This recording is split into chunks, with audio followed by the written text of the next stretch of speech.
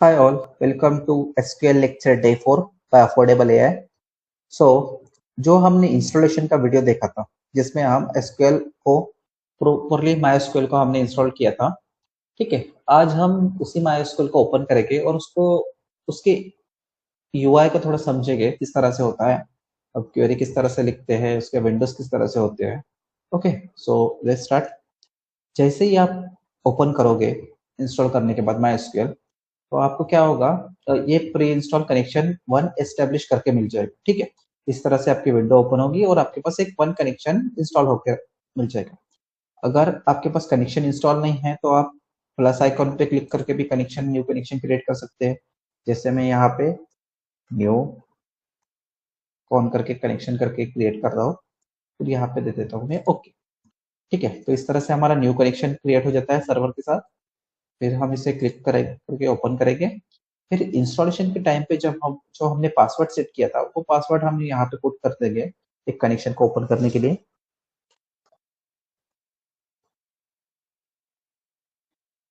Password put करके okay click कर देना, आपका एक new connection work page open हो जाए, ठीक है। अगर आप देख सकते हो तो इस तरह से आपको एक विंडो आएगी फर्स्ट टाइम जब आप ओपन करेंगे। आपके राइट साइड पे एसक्यूएल एडिशनल्स करके आएगा। ये कुछ नहीं है, जस्ट अ हेल्प विंडो है जो हमें थोड़े हेल्पिंग के लिए, मतलब जो कमांड को अगर समझना है उसके लिए थोड़ा हेल्प करती है।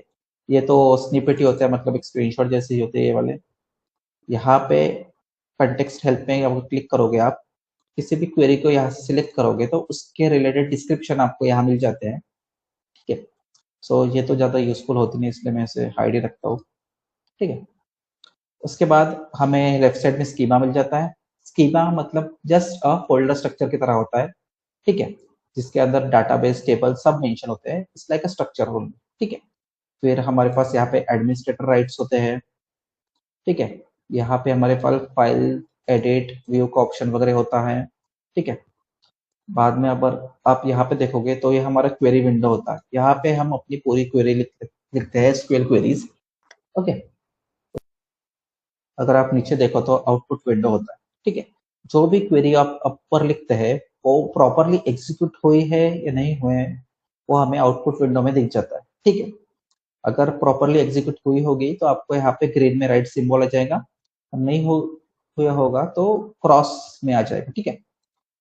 सो बेसिकली आप देख सकते हो लेफ्ट साइड में स्कीमा में आपको दिख रहा होगा जो ये सब जो नाम है ये डाटाबेस होते हैं, ये डाटाबेस के नाम है। जब भी आप फर्स्ट टाइम इंस्टॉल करोगे स्कीमा में आपको यहाँ पे 2-3 डाटाबेस ऑलरेडी क्रिएटेड मिलेंगे, like XYZ, I think SYS और वर्ल्ड वगैरह रहता है कुछ तो भी 2-3, ठीक है। सो अगर आप डाटाबेस को ओपन करके देखोगे, जैसे मैं इस डाटाबेस को ओपन करता हूँ जो मैंने इंपोर्ट किया था यहाँ पे, तो हम देख सकते हैं यहाँ पे table view store procedure functions होते हैं, ठीक है।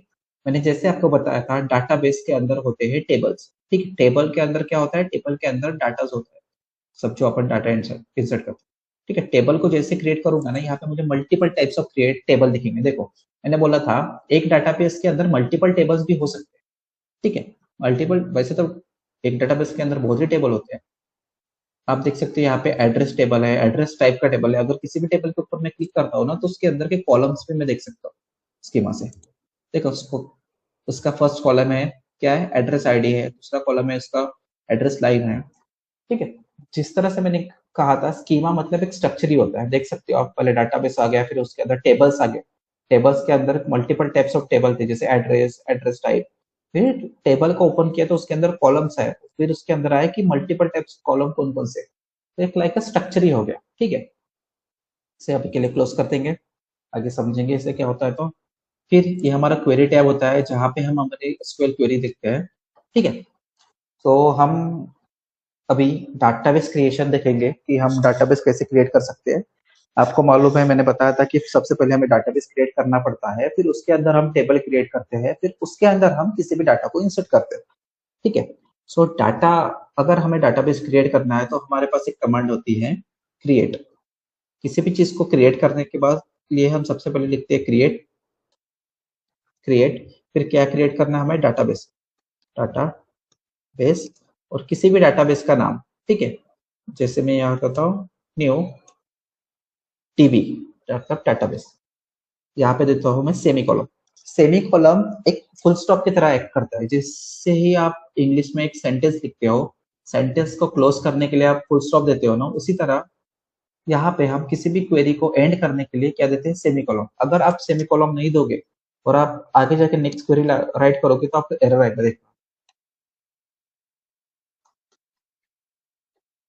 देखो यहाँ पे ऑलरेडी स्टार्टिंग में एरर आ रहा है, ठीक है, लाइन के नीचे एरर होगा। अगर यहाँ पे भी सेमी कॉलम दे दूंगा ना, नीचे का एरर चले जाएंगे लाइन के नीचे। ये देखो, इसके नीचे का एरर चले गया। ये तो क्वेरी मेरी कंप्लीटेड नहीं, इसका एरर है, ठीक है। तो इसे हम अभी के लिए रिमूव कर देते हैं। सबसे पहले हम क्या करेंगे, एक डाटाबेस क्रिएट करेंगे। हमने क्वेरी लिख दी क्रिएट डाटाबेस और डाटाबेस का नाम यहाँ पे क्लिक किया। और अभी देखो मेरे पास एग्जीक्यूट करने के लिए दो कमांड्स, ये एक है और ये एक है। ये कमांड क्या करती है, थंडर वाली, कि आपका कर्सर जहाँ पे होगा उसी लाइन को मैं एग्जीक्यूट करूंगा। जैसे अब मेरा कर्सर यहाँ पे है और मैंने इसको इससे एग्जीक्यूट किया, तो सिर्फ ये सिंगल लाइन रन होगी, ठीक है। ये सिंगल लाइन को एग्जीक्यूट करने के लिए होता है मैक्सिममली। ये क्या कहता है, जितने भी लाइन आपने सिलेक्ट की है, अभी तो एक ही है, अगर मैं 3-4 लाइन यहाँ पे सिलेक्ट करता हूँ, जितनी भी लाइन आप सिलेक्ट कर रहे हो, फिर मुझे एग्जीक्यूट किया सपोज, तो ये क्या करता है, वो जितने भी सिलेक्टेड लाइन है उन सबको एक साथ एग्जीक्यूट करता है, ठीक है। और अगर आपने सिलेक्टेड नहीं किया होगा कुछ, और यहाँ पे अगर मैं कर्सर करके इस स्टेटमेंट को एग्जीक्यूट करता हूं मैं इस कमांड से, तो इसके ऊपर के पूरी लाइन एक साथ एग्जीक्यूट हो जाएगी, ठीक है।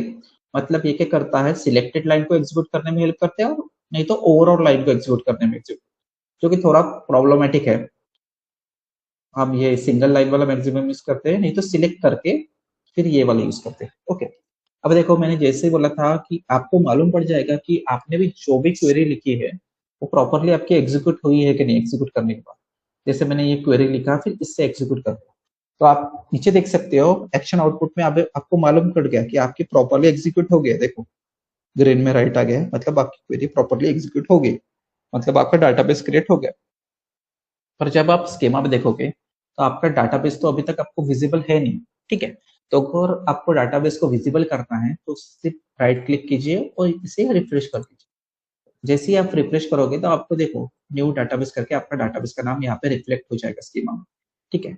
अगर आप स्कीमा को ओपन करोगे तो आपके देखो अभी टेबल में कुछ नहीं है, तो इसलिए यहाँ पे कुछ एरो नहीं आ रहा। अगर आप टेबल डालोगे तो आपके पास यहाँ पे एरो आएगा, फिर इसके अंदर आप टेबल के कॉलम्स देख सकते हो, ठीक है। अभी हमारे पास क्रिएट करने के लिए हमारे पास दो कमांड होती है, क्रिएट डाटाबेस, डाटाबेस का नाम सिंपल कमांड होगी।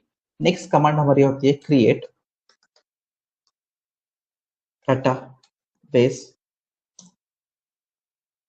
इफ नॉट एग्जिस्ट, ठीक है। फिर डाटाबेस का नाम जैसे मैंने दिया न्यू टीबी वन, ठीक है। अब देखो इस क्वेरी और इस क्वेरी में डिफरेंस क्या है, देखो अभी तो आपके पास थोड़े से डाटाबेस है, तो आप देख सकते हो स्कीमा में कि आप स्पेसिफिकली नाम चेक कर सकते हो कि इस नाम का डाटाबेस मेरे पास अवेलेबल है कि नहीं। फॉर एग्जाम्पल कल जाके आपके पास हंड्रेड्स ऑफ डाटाबेस है, ठीक है। आप जाके चेक करोगे क्या यार न्यू डीबी वन का पहले से एक डाटाबेस क्रिएट है क्या, यहाँ पे क्रिएट है क्या पे, तो आप अगर ऐसे तो करोगे नहीं ना, डाटाबेस जाके 10 बार चेक करोगे, ठीक है। तो आप इफ नॉट एग्जिस्ट क्या होता है, डाटाबेस, एक डाटाबेस क्रिएट करो, क्रिएट डाटाबेस मतलब एक डाटाबेस क्रिएट करो, अगर वो डाटाबेस नहीं हो तो, ठीक है। इफ नॉट एग्जिस्ट मतलब एक डाटाबेस क्रिएट करो जब वो डाटाबेस नहीं है, तो अगर मैं इसे एग्जीक्यूट करूंगा ना तो ये क्वेरी प्रॉपरली रन हो जाएगी, क्योंकि इस नाम का डाटाबेस है नहीं। अगर मेरे पास ऑलरेडी किसी नाम का डाटाबेस है, जैसे हमने न्यू डीबी क्रिएट किया और उसे मैंने एग्जीक्यूट, अगर उसी नाम का मैं डाटाबेस करता हूँ यहाँ पे, ठीक है। मैंने क्या बोला, अगर उस नाम का डाटाबेस नहीं हो, इफ नॉट एग्जिस्ट, तब जाके डाटाबेस क्रिएट करो। पर अब ये जो नाम हम यहाँ पे दे रहे हैं तो ये तो ऑलरेडी एग्जिस्ट करता है, अगर मैं इसे एग्जीक्यूट करूंगा ना तो मुझे एरर आ जाएगा, देखो। और एरर भी मुझे एक्सप्लेन करके बता रहा है, कांट क्रिएट डाटाबेस, ठीक है। अगर नीचे देखो डाटाबेस एग्जिस्ट करके लिखा है एंडिंग में देखो, ठीक है। अगर नहीं हो अपने पास, जैसे वन दे दिया मैंने यहाँ पे जो हमारे पास है ही नहीं, ठीक है, और इसे एग्जीक्यूट करूंगा तो देखो आपकी क्वेरी प्रॉपरली रन हो गई, ग्रीन में देखा। यहाँ पे अगर मैं रिफ्रेश करूंगा तो देखो यहाँ पे न्यू डीबी और न्यू डीबी 1 करके 2 डाटाबेस क्रिएट आ गए। ठीक है, इस तरह से हम 2 क्वेरी से हम एग्जीक्यूट कर सकते हैं, मतलब एक डाटाबेस क्रिएशन कर सकते हैं। ठीक है, अब अगले लेक्चर में देखेंगे हम किसी भी डाटाबेस को क्रिएट करने के बाद ड्रॉप कैसे कर सकते हैं, फिर उसके बाद देखेंगे टेबल क्रिएशन। ठीक है, ओके देन बाय।